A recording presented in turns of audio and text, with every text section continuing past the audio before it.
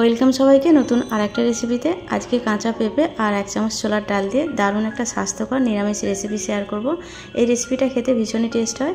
আর কাঁচা পেঁপের তো উপকারিতা আমরা সবাই জানি, এতে প্রচুর পরিমাণে ভিটামিন সি থাকে।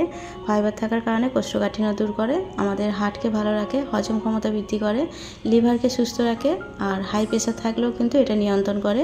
প্রচুর পরিমাণে ফাইবার থাকে, কোলেস্ট্রল মানে ব্যাড কোলেস্ট্রলকে শরীর থেকে দূর করে দেয়। তো এর প্রচুর উপকারিতা আছে, তারপরেও আমরা অনেকেই খেতে চাই না, কারণ হয়তো রান্নাটাও অতটা ভালো হয় না তার জন্য। তো এইভাবে রান্না করলে কিন্তু খেতে খুবই টেস্ট হবে। তো এই রেসিপির জন্য আমি 1 চামচের মতো ছোলার ডালকে ভিজিয়ে রাখলাম, একটু রোদে রাখবো। রোদে রাখলে কিন্তু খুব তাড়াতাড়ি নরম হয়ে যাবে। হাতে সময় থাকলে 2 ঘন্টার মতো ভিজিয়ে রাখতে পারেন, রোদে না রাখলেও হবে। আর একটা আধখানা পেঁপে নিয়ে নিয়েছি, পেঁপেটার খোসা ছাড়িয়ে একটু লম্বালম্বিভাবে কেটে নিয়েছি। আর মাঝখানে যে একটু দানা দানা টাইপের থাকে সেইগুলো ভালোভাবে পরিষ্কার করে বাদ দিয়ে নিয়েছি। এরপর কিউবের মতো করে ছোট্ট চৌকো করে কেটে নেব।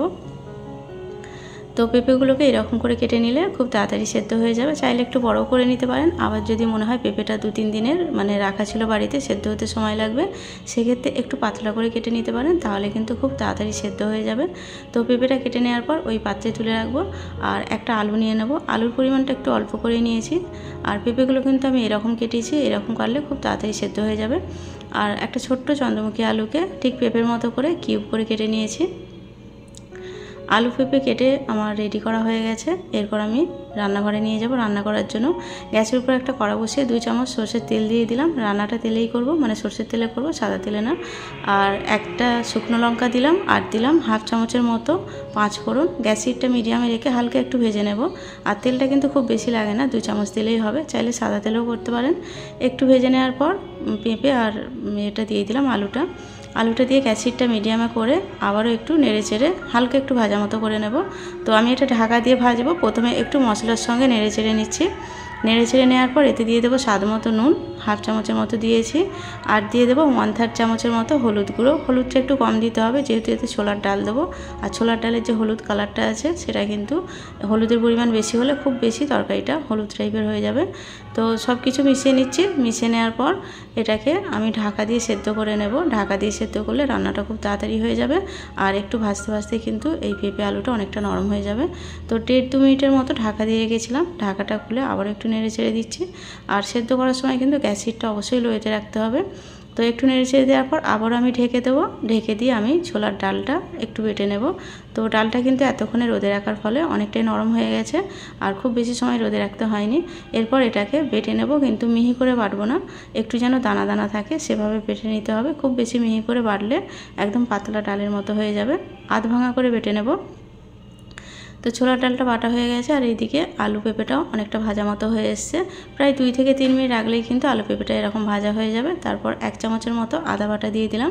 আদাটা দিয়ে একটু নেড়েচেড়ে আলু পেঁপের সঙ্গে মিশিয়ে নিচ্ছি, যাতে কাঁচা আদার গন্ধটা দূর হয়ে যায়। তো নেড়েচেড়ে মিশিয়ে নেওয়ার পর যখন দেখবো আদাটাও খুব ভালোভাবে আলু আর পেঁপের সঙ্গে মিশে গেছে আর কাঁচা গন্ধটা দূর হয়ে গেছে, তখন এতে একটা টমেটো পেস্ট দিয়ে দেবো। টমেটোটা আমি আগে থাকতে পেস্ট করে রেখেছিলাম। আর একটু লাল টাইপের টমেটো নিয়েছি, যাতে কালারটা খুব সুন্দর আসে। তো টমেটোটা দিয়ে একটু কষিয়ে নিচ্ছি, কারণ টমেটোর একটা কাঁচা গন্ধ আছে, সেটাও দূর হয়ে যাবে একটু কষিয়ে নেওয়ার ফলে।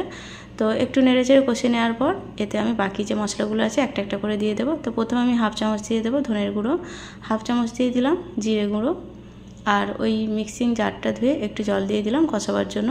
গ্যাস হিটটা মিডিয়ামে রেখে সব কিছু নেড়েচেড়ে আবারও একটু কষিয়ে নিচ্ছি। একটু নেড়েচেড়ে কষিয়ে নেওয়ার পর যে ডালটা বেটে রেখেছিলাম ওই ডাল বাটাটা দিয়ে দেবো। তো আমি ছোলার ডাল দিয়েছি, আপনারা চাইলে মটর ডাল দিয়েও করতে পারেন, খেতে কিন্তু একই লাগবে। তো মিশিয়ে নেওয়ার পর ছোলার ডালটা দিয়ে দিলাম। আর ডালটা কিন্তু আমি খুব মিহি করে বাটিনি, একদম একটু দানা দানা থাকবে এরকম করে বেটেছি। আর বাটিটা ধুয়ে অল্প একটু জল দিয়ে আবারও কষিয়ে নিচ্ছি। ছোলার ডালটা দিয়ে আলু আর পেঁপের সঙ্গে ভালোভাবে নেড়েচেড়ে মিশিয়ে একটু কষিয়ে নিতে হবে। কষিয়ে নেওয়ার পর এটাকে সেদ্ধ করার জন্য এতে পরিমাণ মতো জল দিয়ে দেবো। খুব বেশি মশলা লাগে না, আর একদম অল্প তেলেই রান্নাটা করে নেওয়া যায়। তো একটু নেড়েচেড়ে মিশিয়ে নেওয়ার পর এটা সেদ্ধ করার জন্য জলটা দিয়ে দেবো। আর 1 কাপ জল দেবো, যেহেতু আলু আর পেঁপে একটু ঢাকা দিয়ে দিয়ে ভাজার সময় সেদ্ধ হয়ে এসছে। খুব বেশি সেদ্ধ হতে জলও লাগবে না, সময়ও লাগবে না। তো 1 কাপের মতো জল দিয়ে একটু নেড়েচেড়ে মিশিয়ে নিচ্ছি। আর অল্প একটু নুন দিয়ে দেবো। নুন যেহেতু আমি ভাজার সময় দিয়েছিলাম, তার জন্য নুনের পরিমাণটা একটু বুঝেই দিতে হবে, তা না হলে নুনটা কিন্তু বেশি হয়ে যেতে পারে। তো নেড়েচেড়ে মিশিয়ে নিয়েছি। এবার ঝালের জন্য 2টো কাঁচা লঙ্কা দেবো ওপর থেকে, আর দিয়ে দেবো সামান্য একটু নুন। ঝালটা অবশ্যই নিজেদের স্বাদ বুঝে দিতে হবে। নুনটা অল্প করে দিতে হবে, আগে নুন দিয়েছি। তো সব কিছু মিশিয়ে নিয়ে আবারও গ্যাসেরটা লো করে দিয়ে এটাকে 5 মিনিটের মতো ঢাকা দিয়ে দেবো। 5 মিনিটে কিন্তু পেঁপে আর আলুটা খুব ভালোভাবে সেদ্ধ হয়ে যাবে। 5 মিনিট পর ঢাকনাটা খুলে একটু নেড়ে চেড়ে নেব। নেড়ে চেড়ে একটু দেখে নেবো যে পেঁপেটা ঠিকঠাক সেদ্ধ হয়েছে কিনা বা আলুটা ঠিকঠাক সেদ্ধ হয়েছে কিনা। যেহেতু চন্দ্রমুখী আলুটা সেদ্ধ হয়ে গেছে আর পেঁপেটাও কিন্তু খুব ভালোভাবে সেদ্ধ হয়ে গেছে। এরপর নুনটা চেক করে নেব, নুনটা কিন্তু ঠিকঠাকই ছিল। আর একটু ঝোল থাকা অবস্থায় নামিয়ে নিতে হবে, কারণ এতে ডাল দেওয়া আছে আর ডাল ঠান্ডা হয়ে যাওয়ার পর ঝোলটা অনেকটাই শোক করে নেয়। তার জন্য একটু ঝোল থাকা অবস্থায় এটাকে নামিয়ে নিলে তারপর ঠান্ডা হয়ে গেলে কিন্তু ঝোলটা ঠিকঠাক থাকবে। তো নামাবার আগে এখানে ভাজা আমি মৌরি দিয়েছি। মৌরিটা কিন্তু একদম মিহি করে গুঁড়িয়ে দিইনি, আধ ভাঙা করে গুঁড়িয়েছি, কারণ আধ ভাঙা করে দিলে খাওয়ার সময় একটু দাঁতে ঠেকলে কিন্তু খেতে ভালো লাগে। আর একটু চিনি দিয়ে দিলাম হাফ চামচের মতো, যেহেতু নিরামিষ রান্না চিনি দিলে একটু মিষ্টি মিষ্টি খেতে লাগবে। তো সব কিছু আবারও মিশিয়ে নিচ্ছি। তো মিশিয়ে নেওয়ার পর গ্যাসটা অফ করে দেবো আর 5 মিনিটের জন্য এইভাবে ঢেকে স্ট্যান্ডিং টাইমে রেখে দেবো। তারপর একটা বাটিতে সার্ভ করব। আর এইভাবে 5 মিনিট রেখে দেওয়ার ফলে এর একটা সুন্দর কালার চলে আসবে। তারপর হালকা একটু গরম থাকা অবস্থায় এটাকে সার্ভ করতে দিয়ে দেবো। এইভাবে রান্না করলে কিন্তু পেঁপের তরকারি খেতে দারুণ লাগে। যারা কখনো পেঁপের তরকারি খাননি বা খেতে পছন্দ করেন না, তারা এইভাবে রান্না করে দেখবেন, খেতে খুবই ভালো লাগবে। আর যদি খারাপ লাগে তাও কমেন্ট করে বলবেন, আর যদি ভালো লাগে তাও বলবেন। আর রেসিপিটা কিন্তু খুবই ভালো হয়, দেখে বোঝা যাচ্ছে কালারটা। তো যারা ইউটিউব থেকে দেখছেন, যদি রেসিপিটা ভালো লাগে আমার চ্যানেলটা সাবস্ক্রাইব করে আমার চ্যানেলের পাশে থাকতে পারেন। আর যারা ফেসবুক পেজ থেকে দেখছেন, রেসিপি ভালো লাগলে পেজটা ফলো করে দিতে পারেন। তো এই রেসিপিটা গরম ভাতে যেমন ভালো লাগে, তেমন রুটি, লুচি, পরোটা সব কিছুর সঙ্গে খেতে ভালো লাগে। আর একটু মাখা মাখা টাইপের হয়। তো গরম গরম অবস্থায় সার্ভ করলে কিন্তু যে কোনো কিছুর সঙ্গে খেতে দারুণ লাগে। তো আজকের রেসিপিটা এখানেই শেষ করছি। দেখা হবে আবারও নতুন কোনো রেসিপির সঙ্গে। আর যেসব বন্ধুরা এতক্ষণ ধৈর্য ধরে আমার রেসিপির সঙ্গেই ছিলেন, তাদেরকে অসংখ্য ধন্যবাদ। সবাই খুব ভালো থাকবেন, সাবধানে থাকবেন, নিরাপদে থাকবেন। ধন্যবাদ সবাইকে।